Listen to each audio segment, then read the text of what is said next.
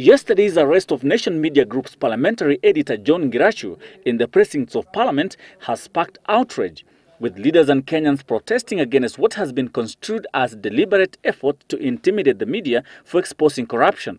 Mr. Speaker, is the minister trying to drive the country back to the dark days when journalists were haunted into their bedrooms, Mr. Speaker, including the case of Itumbi?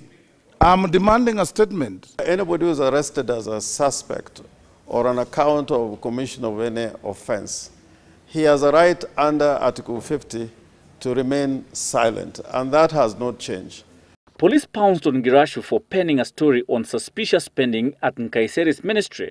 His story was based on information presented to MPs that showed the ministry spent 3.8 billion shillings on the last day of the 2014-2015 financial year. Nkaissery was accusing Nkaissery of publishing sensitive and confidential information.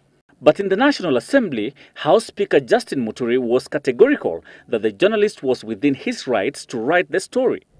A lot of communication happened in the public, in the open. It's ever not possible that we can have public participation on one hand, it's freedom of the media, and then we are also saying what the media has had in a committee cannot be published. Back in the Senate, the chairman of Security Committee, Yusuf Haji, was required to give a substantive statement on the matter.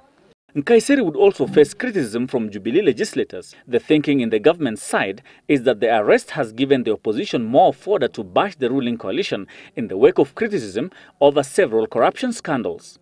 Mr. Speaker, I want to ask the chairman to furnish this out why the cabinet secretary thought that it was not better to pursue a civil remedy if it was aggrieved instead of using criminal sanctions, particularly where the cabinet secretary presides over a ministry that is seen to be in charge of arresting CID. It would give the impression that there is also a possibility of misuse of office. The statement by Muturi coming as a relief for journalists. Nobody can do anything without your permission. It would be nice to exonerate yourself so that we don't look to be condoning the wrong thing as a house and as a parliament. Even if anybody claims or alleges that an offense has been committed within, it is still not open to the police to walk into the precincts of Parliament and effect any arrests. Even as National Assembly Speaker Justin Muturi assures journalists of immunity against arrests within the precincts of Parliament, the safety of journalists outside Parliament remains a major concern. Kendagor, Obadia, Citizen TV, Parliament Buildings, Nairobi.